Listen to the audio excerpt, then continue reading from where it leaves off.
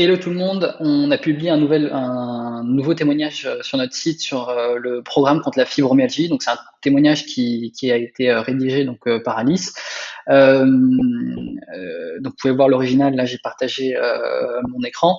Je voulais apporter, donc même si ce témoignage il est déjà bien fourni pour un témoignage, mais je voulais apporter quelques éléments en plus sur justement l'histoire d'Alice pour donner plus d'informations à ceux que cela intéresse. Euh, donc, ce qu'il faut savoir, c'est que Alice, elle est venue nous consulter quand elle est venue au cabinet, elle a toujours là, cette année 57 ans. Donc, elle a été diagnostiquée fibromyalgique il y a 12 ans. Donc, elle avait 45 ans. Avant, elle avait déjà des symptômes fibromyalgiques. Euh, à peu près, alors elle m'a dit que ça avait vraiment commencé aux alentours de ses 40 ans, la fibromyalgie, et elle a pris à peu près 5 ans à réussir à être diagnostiquée fibromyalgique, puisque c'est toujours assez compliqué d'être diagnostiqué fibromyalgique. Il y en a pour qui c'est plus long que d'autres, mais c'est quand même souvent un petit peu le parcours du combattant, puisque c'est une maladie qui est pas connue. Elle commence à être de plus en plus connue, mais c'est une maladie qui est très compliquée à diagnostiquer, puisque en médecine conventionnée, pour diagnostiquer, ils ont besoin de signes biomédicaux, et dans la fibromyalgie, il n'y en a pas. Donc c'est-à-dire qu'il n'y a pas d'inflammation, il n'y a pas d'infection d'un virus, il n'y a pas d'infection d'un microbe, donc il n'y a aucune machine qui peut diagnostiquer la fibromyalgie. Donc le diagnostic de la fibromyalgie, ça se fait tout le temps c'est toujours un diagnostic par élimination. Et donc c'est pour ça que ça prend énormément de temps, qu'on va avoir beaucoup de personnes pour réussir à poser le nom de sa maladie. Donc dans le cas d'Alice, à peu près, donc elle a commencé vraiment à être fibromyalgique vers ses 40 ans, et arrivée donc à 45 ans et à tout un parcours un petit peu compliqué à réussir à poser le diagnostic. À 45 ans, elle est diagnostiquée fibromyalgique, et elle vient me consulter donc à 57 ans, donc 12 ans plus tard, son diagnostic. Euh, elle a, Elle, en fait, sa fibromyalgie, elle s'est déclenchée pendant une période assez stressante, où il y avait des angoisses, où il y avait du stress, où elle était dans une période où elle travaillait et où elle avait énormément de responsabilités et beaucoup de stress. Euh, et c'est pendant une période assez importante de stress où sa fibromyalgie s'est complètement déclenchée. Euh, et donc, je veux bien appuyer là-dessus. C'est pas ce stress qui est la cause de la fibromyalgie, mais c'est bien ce stress qui est le déclencheur de la fibromyalgie. Il faut bien dissocier les deux, hein, parce que on peut faire de la fibromyalgie sans avoir de période de stress. Il y a beaucoup de choses qui peuvent déclencher la fibromyalgie, mais c'est jamais le déclencheur qui est la cause. Faut pas s'arrêter juste au bout de son nez, et pourtant c'est souvent ce qu'on fait. Mais c'est vraiment, il faut bien dissocier ça. La cause n'est pas le stress, la cause est seulement le déclencheur. Comme d'autres, il y en a, c'est le choc lors d'une opération au bloc opératoire. D'autres, ça va être un choc émotionnel, la perte d'un de leurs membres de leur famille. Et d'autres, ça va être lors d'un accident sur la route. Enfin voilà, il y a plein de déclencheurs possibles pour la fibromyalgie, mais c'est pas ces déclencheurs qui sont la cause, parce que sinon ça voudrait dire qu'il y a des causes totalement différentes pour une même maladie. Et nous, c'est pas ce qu'on peut vérifier dans notre cabinet. Euh, voilà, cette période de stress très compliquée. Elle a un parcours totalement classique, je mets entre guillemets, pour une personne fibromyalgique où elle a pris quand même des années à poser un diagnostic. Alors, c'est un diagnostic qui a été posé il y a 12 ans. J'ai l'impression quand même qu'avec le temps, maintenant, la médecine conventionnée connaît mieux cette maladie, et donc réussit à poser le diagnostic plus rapidement au fil des années, puisque on commence vraiment à parler de plus en plus, et que voilà, maintenant ils savent que pour réussir à diagnostiquer de la fibromyalgie, ça sert à rien de chercher des signes biomédicaux parce qu'il n'y en a pas, et que ça va être un diagnostic par élimination, justement pour réussir à poser le nom de cette maladie. Donc elle a vécu tout ça. Et elle, en fait, elle avait une fibromyalgie euh, qui en fait était surtout par crise. C'est-à-dire que Alice, elle avait surtout au début des maux de tête assez réguliers, donc elle avait pratiquement mal à la tête tout le temps. Et par contre, elle avait de temps en temps des crises de fibromyalgie où là, pendant 3 4 jours, elle pouvait plus rien faire parce qu'elle était trop fatiguée, elle avait trop mal, et donc elle était clouée au lit chez elle et elle ne pouvait rien faire. Donc ça, c'était un petit peu comment ça fonctionnait. Donc elle avait des crises assez régulières, mais pas au quotidien. Elle avait juste au quotidien, on va dire, des maux de tête en continu. Euh, Ensuite, sa fibromyalgie, elle a évolué au bout des années pour avoir de moins en moins de crises et de plus en plus de symptômes au quotidien. Donc, elle était de plus en plus fatiguée au quotidien, elle avait de plus en plus de douleurs, elle avait moins de crises comme ça. Donc, on voyait bien que la fibromyalgie, là, elle impactait beaucoup plus au quotidien.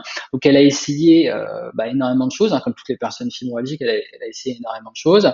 Euh, D'abord auprès de la médecine conventionnée pour essayer de trouver des solutions, et ensuite auprès de tout un tas de thérapeutes et de médecins spécialistes de plein de domaines pour essayer de trouver des solutions. Elle a retenu surtout deux types de solutions où elle voyait des bénéfices, pour ses symptômes. Un, l'alimentation. Donc elle avait été suivie par un médecin qui lui avait donné ce qu'on appelle un type d'alimentation non inflammatoire. Euh, voilà. Et deuxième chose, elle s'était mise à la méditation. Elle appréciait beaucoup aussi cet outil.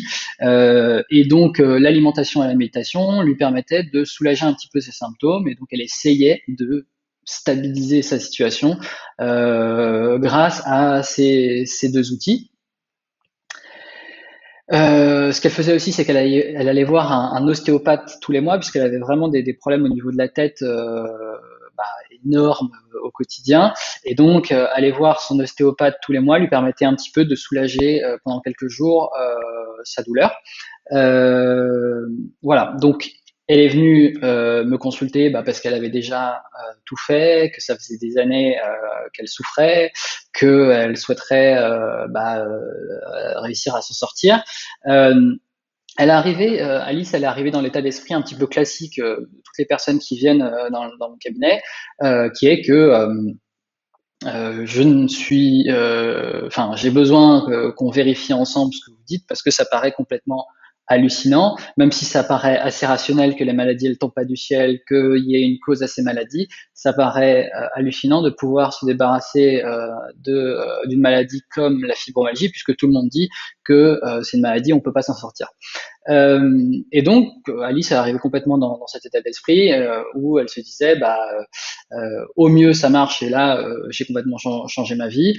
Au pire ça marche pas et vous allez me rembourser. Euh, et puisque Alice, elle était déjà dans une bonne dynamique, elle avait déjà assez bien travaillé son alimentation, même s'il y avait plein de choses à revoir, mais il y avait quand même une petite base qui était pas mal. J'ai décidé, parce que pour son programme personnalisé, j'ai décidé de commencer en mettant la barre assez haute pour essayer d'avoir un maximum de résultats rapidement, puisque on partait d'une situation qui pouvait avancer vite. Euh, euh, on a fait un programme sur mesure où on a mis un type d'alimentation au début, on a essayé de faire un petit peu de sport. Au début, elle arrivait à marcher 15 minutes dehors tous les jours, donc ça c'était bien parce que ça permettait un petit peu de réactiver le corps. Après, on est monté crescendo et maintenant elle est capable de faire des joggings. On a utilisé aussi la gestion du stress et la méditation puisqu'elle aime bien ça. Et après, on a utilisé tout un tas d'outils. Elle faisait des bains chauds. On a utilisé aussi, on a réactivé la peau avec du brossage. On a utilisé des plantes pour activer les reins, pour essayer de sortir les toxines aussi par les reins. Enfin bref, on a utilisé plein d'autres méthodes dans notre trousse à outils pour essayer d'aller dans le sens, pour essayer de rééquilibrer le corps. Et assez rapidement, elle a commencé à avoir une évolution, c'est-à-dire qu'au bout d'un mois, donc au bout de 4 semaines, elle voyait que le corps était en train d'avancer et de beaucoup moins, et de faire moins de symptômes au bout d'un mois. Au bout du deuxième mois, c'était net, c'est-à-dire qu'elle avait quand même beaucoup moins de douleur et beaucoup moins de fatigue. Donc, à partir ensuite du deuxième mois jusqu'au cinquième mois, c'était des évolutions qui étaient assez concrètes, c'est-à-dire qu'à peu près toutes les semaines, elle voyait qu'il y avait du mieux semaine en semaine, jusqu'à arriver à la cinquième semaine où elle avait plus rien.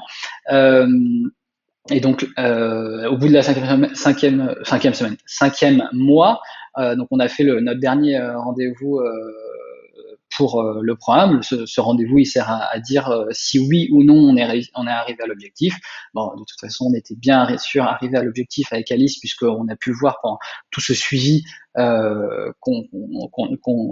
voyait que ça avançait clairement, et surtout, ça a commencé au bout du deuxième mois et jusqu'au cinquième mois. Et donc, maintenant, elle a de l'énergie comme une personne normale. Elle n'a plus ses douleurs comme une personne normale, puisque c'est pas normal d'avoir mal au quotidien. Et justement, pendant ce dernier rendez-vous là, lors de notre dernière consultation, elle me disait qu'à 57 ans, donc l'âge qu'elle a aujourd'hui, elle n'avait jamais eu autant d'énergie que même à ses 20 ans ou à ses 25 ans, à ses 18 ans, parce que grâce au programme, elle n'a jamais senti autant d'énergie. Donc elle a dit que qu'elle allait en profiter maintenant puisqu'elle est en retraite. Euh, et donc c'est top. Voilà, qu'est-ce que je peux dire de plus sur Alice? Je crois que j'ai à peu près bien résumé ce qu'on a fait ensemble. Pour ceux que ça intéresse, si vous n'êtes pas encore inscrit à notre newsletter, inscrivez-vous à la newsletter contre la fibromyalgie, et vous aurez au quotidien, toutes les semaines, des informations sur comment on accompagne nos clients. Et je vous souhaite une très bonne journée à tous. Bye bye.